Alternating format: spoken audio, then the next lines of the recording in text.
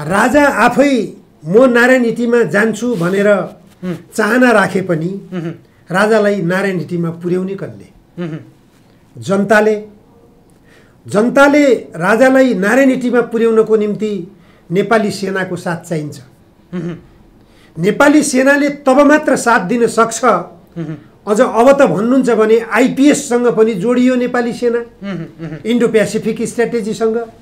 Indo Pacific strategy भनेको तपाईँको अमेरिकाको नेतृत्व, सहनेतृत्व भारतको, अनि भारत र अमेरिकाको निर्देशन बिना नेपाली सेनाले छुसुक्क पनि केही गर्न सक्ने अवस्था हुँदैन। त्यसकारण पनि राजालाई नारायण हिटीमा लगेर सुशोभित गर्न नेपाली सेना सक्षम छैन। यो ग्लोबलाइजेसनको युग हो। ग्लोबलाइजेसनको युगमा नेपाली सेनाले मात्रै नेपालका राजालाई राजगद्दीमा लगेर राख्न सक्दैन। कुनै हालतमा पनि सक्दैन। केही हजार केही लाख जनताले प्रयास गरे भने पनि त्यो एउटा रक्तपात गर्ने आधार मात्र बन्नेछ। नेपालमा राजा ल्याउनै चाहने हो भने कि त भारत र अमेरिकाको चाहना हुनु पर्यो, अन्यथा चीनले मात्रै चाहेर पनि भारत त नेपालमा राजतन्त्र ल्याउनलाई, नेपालमा राजा फेरि फिर्ता लिनलाई एक किसिमले फेरि काहीँ न काहीँ हिन्दुत्वको सेन्टिमेन्टको लागि पनि नरेन्द्र मोदी सरकार चाहिँ तयारै भएको जस्तो देखिन्छ। भारतमा हिन्दूहरू मात्रै छन् र छैन? भारतको सरकार त भारतले राष्ट्र संस्था पुनर्स्थापना गर्न किन चाहन्छ र? अस्थिरता बनाउनलाई चाहन्छ। अस्थिरता बनाउनको लागि एक। अर्को कुरो, भारतले स्थापित गरेको राष्ट्र संस्था कस्तो होला भारतको पनि सोच्नुहोस्। लम्पसारवादी यिनी राजनीतिक दलका नेताहरूलाई त कठपुतली जसरी नचाइराखेको छ भारतले भने राष्ट्र संस्था भुटानमा पनि त छ। भुटानको राजालाई कसरी चलाइरहेको छ देखेकै छौँ हामीले। स्वयं राजा ज्ञानेन्द्र अथवा राजावादीहरूले राजा भनेको स्वाभिमानको लडाईँ, देशभक्ति, राष्ट्रवादी हुन्छन् भनेर भन्दै गर्दा अहिलेका हाम्रा पूर्व राजा ज्ञानेन्द्र पनि योगी आदित्यनाथको चरण चुम्बनमा जसरी लम्पसार परिराख्नु भएको छ, भारतीय सत्तासँग जसरी लम्पसार परिराख्नु भएको छ, त्यो राजतन्त्र पनि राष्ट्रवादी हुन्छ, देशभक्त हुन्छ भन्ने जुन फेक तथ्यलाई सत्य हो भन्ने पुष्टि गर्दैछन्। मैले अघि पनि भने, अझ तपाईँले कोट्याउनु भयो, राजाले अहिलेको अवस्थामा एमसीसी सम्झौता के हो उहाँ त बोलेको कहिले एमसीसी सम्झौता बारेमा आफ्नो दृष्टिकोण पूर्व राजाले कुनै दिन राजाले पनि त दिनुपर्ने हो। नयाँ नक्सा लिपुलेक, लिम्पियाधुरा र कालापानीको बारेमा राजाको सोचाइ के हो, राजावादीहरूको सोचाइ के हो, स्पष्ट रूपमा आउनुपर्ने हो। त्यो रूपमा आएको छैन। अब कतिपय अब राजेन्द्र लिङ्गदेनजीहरू अथवा हाम्रो अर्को के अरे राप्रपाको नेता प्रवक्ता ज्ञानेन्द्र शाहीहरू फाटफुट्ट एमसीसी सम्झौताको विरोध गरे पनि सुनिन्छ। लिपुलेक, लिम्पियाधुरा, कालापानी भारतले हडपेको कुराको पनि विरोध गरेको सुनिन्छ। तर सामान्य रूपमा संसदमा बोल्नु मात्र उहाँहरूको गतिविधि भइरहेको छ। यसले गर्दाखेरि अहिले विरोधैको कुरालाई त तपाईँको अरूले पनि गरेका छन्, यी कुराहरूको विरोध गरिरहेका छन्।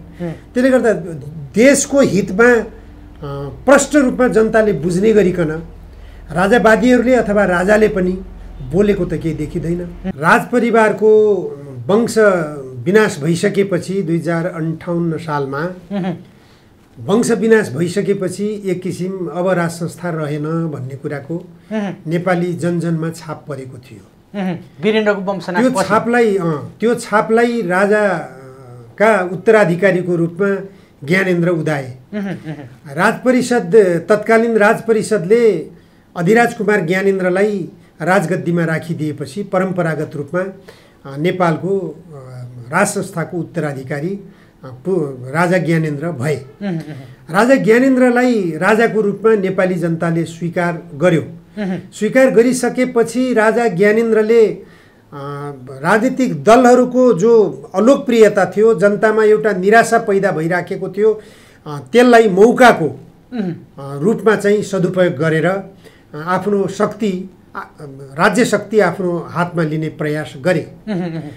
त राज्य शक्ति राजाले आफ्नो हातमा लिइसकेपछि जनताका बीचमा एक किसिमले स्वाभाविकै जस्तो लागेको थियो। किनभने राजनीतिक दलका नेताहरूले 12 वर्षसम्म, बहुदलका 12 वर्ष भनिन्छ, अथवा संवैधानिक राजतन्त्रका 12 वर्ष अत्यन्त निराशाजनक रूपमा गए। राजनीतिक दलका नेताहरूप्रति निकै निराशा छाएको थियो। त्यो बेला जनतामा आक्रोश पैदा भएको थियो। त्यो आक्रोशको अभिव्यक्ति दलहरूबाट पनि आयो। जनता आक्रोशित छन्, जनता असन्तुष्ट छन्, जनता निराश भइरहेका छन् भन्ने कुराको अभिव्यक्ति तत्कालीन अवस्थामा गिरिजाप्रसाद कोइराला, माधव कुमार नेपाल, कृष्णप्रसाद भट्टराईजीहरूले खुला मञ्चबाटै भाषण गरेर भन्ने गर्नुहुन्थ्यो कि जनता जनार्दन हामीलाई माफ गर्नुहोस्, हामीले 12 वर्षसम्म काम गर्न जानेनौँ। हामीले काम गर्न नजानेको कारणले गर्दाखेरि तपाईहरूले प्रतिफल पाउन सक्नु भएन। त्यसकारण अब हामी ती 12 वर्षे गल्तीहरू दोहोऱ्याउने छैनौँ, हामीलाई साथ दिनुहोस्। यो निरङ्कुश राजतन्त्रका विरुद्धमा तपाईहरू सडकमा आइदिनु पर्यो, तपाईहरूले हामीलाई साथ दिनु पर्यो भन्ने आवाज बोलेको कुरा त अहिले पनि हाम्रा कानमा गुन्जिन्छन् त। अहिले पनि रेकर्डेड छन् ती आवाजहरू, राजनीतिक दलका नेताहरूले बोलेका आवाजहरू। त त्यो आवाजलाई, त्यो गुनासोलाई, त्यो आह्वानलाई जनताले त साथ दिए नि। जनताले साथ दिए। ज्ञाने चोर देश छोड भनेर नाराबाजी गरे। राजाले चालेको कदमलाई बत्ती बालेर स्वागत गरेका जनताले ज्ञाने चोर देश छोड भनेर सडकबाट नाराबाजी गरे। सडकमा कुनै राजावादीहरूलाई निस्किन दिएका थिएनन्।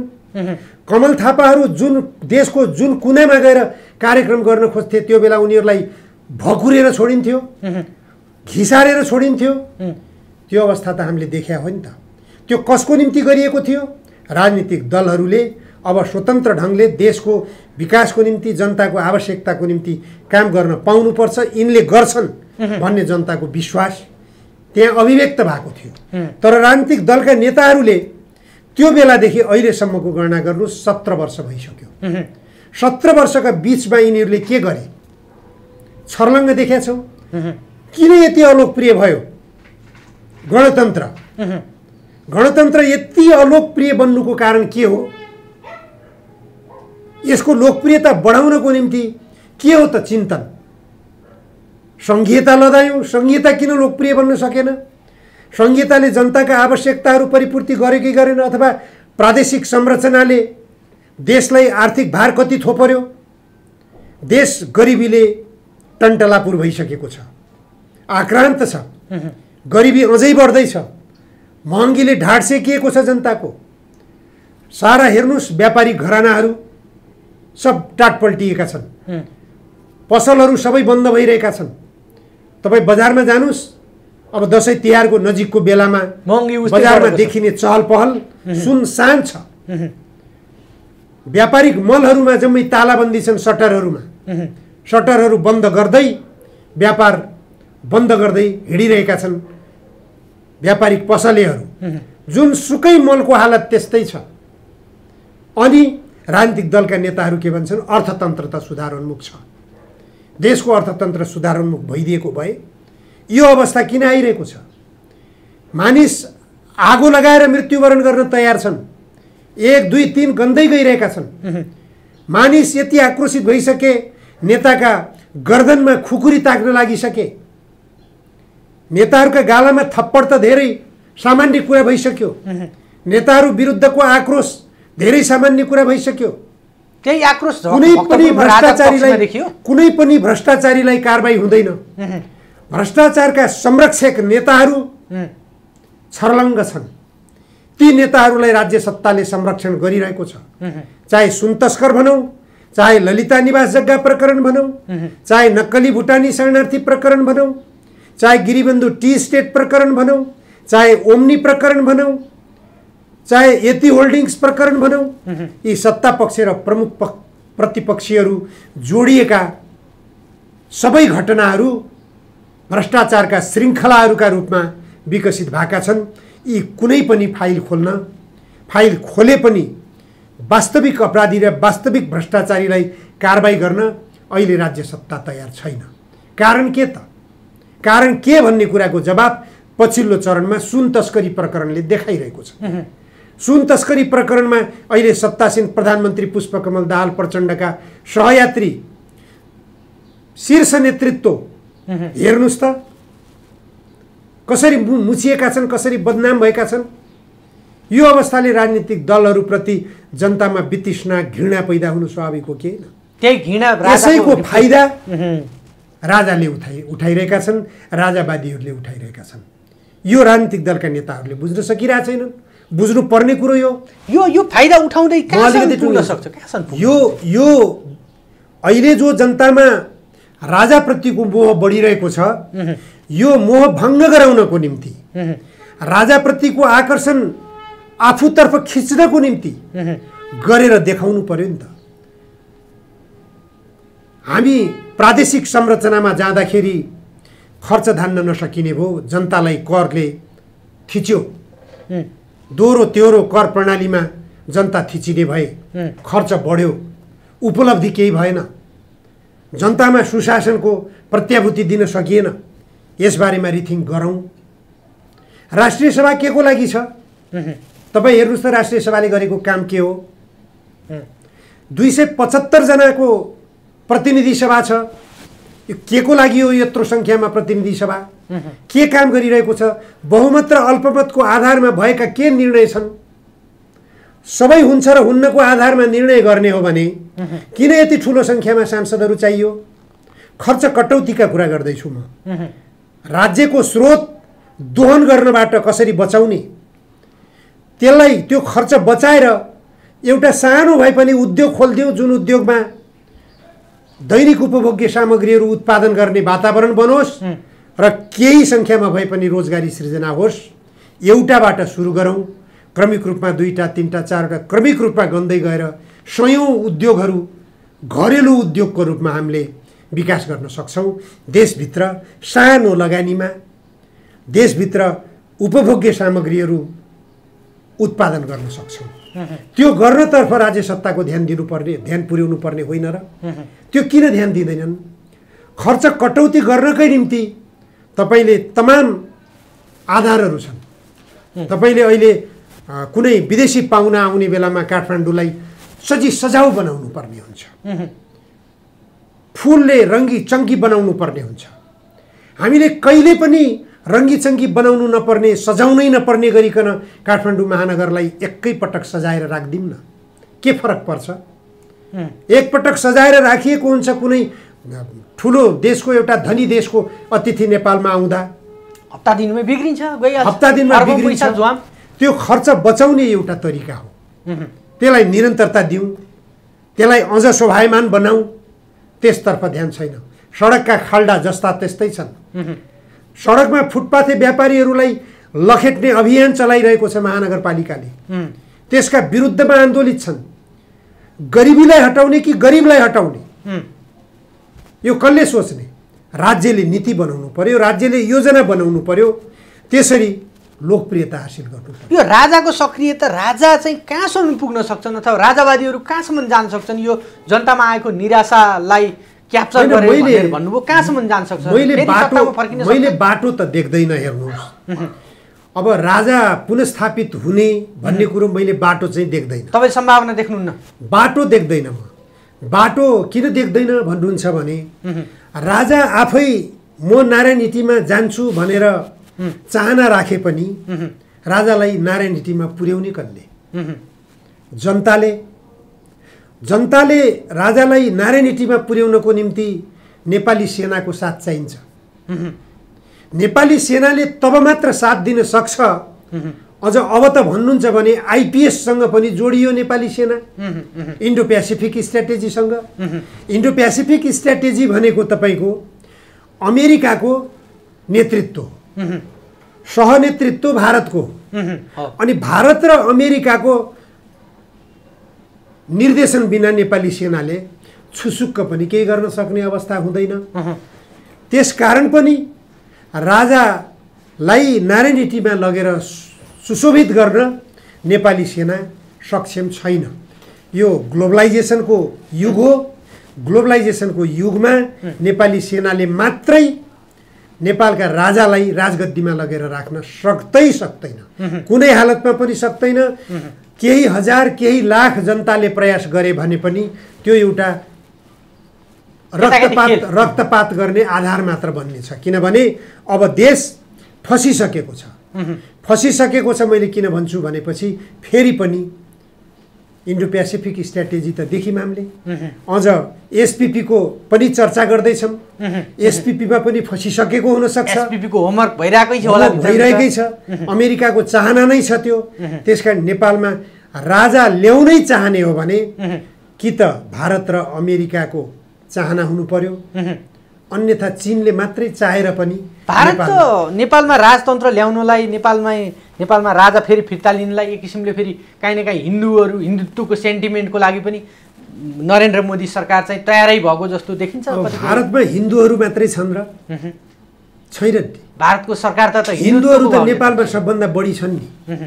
त्यस आधारमा त सबै हिन्दूहरू आउनुपर्ने हो नि त राजाको पक्षमा। सबै हिन्दूहरू राजाको पक्षमा किन आउँदैनन् त? थुप्रो सङ्ख्यामा छन् त। कतिपय क्रिस्चियनहरू पनि राजाको पक्षमा गएको देख्छु म। तर नरेन्द्र मोदीले नेपालको यो जुन लोकतान्त्रिक गणतान्त्रिक संविधान जारी गर्दाखेरि पनि नेपालले नाकाबन्दी खेप्नु परेको थियो। त्यहीबाटको रिस चाहिँ यो संविधान डिरेल गर्नलाई, संविधान ध्वस्त बनाउनको लागि राजा ल्याउन चाहन्छ। यो धर्मनिरपेक्षता हटाउनलाई धर्मनिरपेक्षता हटाउन खोजिरहेको छ मोदी सरकारले भनेर भन्छन् मान्छेहरू। कहीँ न कहीँ देखिन्छ राजा पनि आदित्यनाथको। नरेन्द्र मोदीको चाहना के छ भन्ने कुरा बेग्लै कुरा हो। नरेन्द्र मोदीले नेपाललाई अस्थिर कसरी गराउने त्यो खोज्छन्। नेपाललाई जति अस्थिर बनायो भारतलाई त्यति फाइदा छ। नेपालको अस्थिरताले नेपाललाई एक किसिमबाट स्थिरतातर्फ लैजाने आशमा भारतका सबै स्वार्थहरूमा बाँधिन पर्ने बाध्यता हुन्छ। जसरी अहिले तपाईँले भारतले राष्ट्रसंस्था पुनर्स्थापना गर्न किन चाहन्छ र? अस्थिरता बनाउनलाई चाहन्छ। अस्थिरता बनाउनको लागि एक। अर्को कुरो, भारतले स्थापित गरेको राष्ट्रसंस्था कस्तो होला भारतको पनि सोच्नुहोस्। लम्पसारवादी यिनी राजनीतिक दलका नेताहरूलाई त कठपुतली जसरी नचाइराखेको छ भारतले भने राष्ट्रसंस्था भुटानमा पनि त छ। भुटानको राजालाई कसरी चलाइरहेको छ देखेकै छौँ हामीले। स्वयं राजा ज्ञानेन्द्र अथवा राजावादीहरूले राजा भनेको स्वाभिमानको लडाइँ, देशभक्ति, राष्ट्रवादी हुन्छन् भनेर भन्दै गर्दा अहिलेका हाम्रा पूर्व राजा ज्ञानेन्द्र पनि योगी आदित्यनाथको चरण चुम्बनमा जसरी लम्पसार परिराख्नु भएको छ, भारतीय सत्तासँग जसरी लम्पसार परिराख्नु भएको छ, त्यो राजतन्त्र पनि राष्ट्रवादी हुन्छ, देशभक्त हुन्छ भन्ने जुन फेक तथ्यलाई सत्य हो भन्ने पुष्टि गर्दैछन्। मैले अघि पनि भने, अझ तपाईँले कोट्याउनु भयो। राजाले अहिलेको अवस्थामा एमसीसी सम्झौता के हो उहाँ त बोलेको कहिले एमसीसी सम्झौता बारेमा आफ्नो दृष्टिकोण पूर्व राजाले कुनै दिन राजाले पनि त दिनुपर्ने हो। नयाँ नक्सा लिपुलेक, लिम्पियाधुरा र कालापानीको बारेमा राजाको सोचाइ के हो, राजावादीहरूको सोचाइ के हो स्पष्ट रूपमा आउनुपर्ने हो। त्यो रूपमा आएको छैन। अब कतिपय अब राजेन्द्र लिङ्गदेनजीहरू अथवा हाम्रो अर्को के अरे राप्रपाको नेता प्रवक्ता ज्ञानेन्द्र साईहरू फाटफुट्ट एमसीसी सम्झौताको विरोध गरे पनि सुनिन्छ। लिपुलेक, लिम्पियाधुरा, कालापानी भारतले हडपेको कुराको पनि विरोध गरेको सुनिन्छ। तर सामान्य रूपमा संसदमा बोल्नु मात्र उहाँहरूको गतिविधि भइरहेको छ। यसले गर्दाखेरि अहिले विरोधैको कुरालाई त तपाईँको अरूले पनि गरेका छन्, यी कुराहरूको विरोध गरिरहेका छन्। त्यसले गर्दा देशको हितमा प्रष्ट रूपमा जनताले बुझ्ने गरिकन राजावादीहरूले अथवा राजाले पनि बोलेको त केही देखिँदैन। हिस्सेदारी उनीहरूले पनि गरिरहेका छन्, भागबण्डा उनीहरूले पनि खाइरहेका छन्, यो संविधानलाई यिनीहरूले पनि मानिरहेका छन्। संहिताको विरुद्धमा खोइ त आन्दोलित भएको? राजावादीहरू आन्दोलित हुनु पर्यो नि त। त्यत्रो सङ्ख्यामा भक्तपुरमा राजभक्तहरूको रूपमा उपस्थित भए भनियो, नेवार समुदायको ठुलो उपस्थिति देखियो। उत्रिनु पर्यो त सडकमा, आउनु पर्यो नि त एमसीसी सम्झौताको विरुद्धमा, आउनु पर्यो नि त लिपुलेक भारतले हडपेको भूभाग फिर्ता गराउने आवाज घन्काउनु पर्यो नि त। त्यसरी आवाज घन्किँदै गयो भने फरक कुरा हो। राज संस्था स्थापना हुने मात्र होइन, एमसीसी का मतियारहरू पनि लखेटिन्छन् यहाँबाट। जबसम्म एमसीसी का मतियारहरूलाई एमसीसीलाई नेपालबाट लखेट्न सकिँदैन तबसम्म यहाँ अब राजावादीहरूले अरू कुरा चिताउनु बेकार छ। हस्, अमूल्य समय दिनुभयो, धेरै धेरै धन्यवाद। हस्, धन्यवाद तपाईँलाई।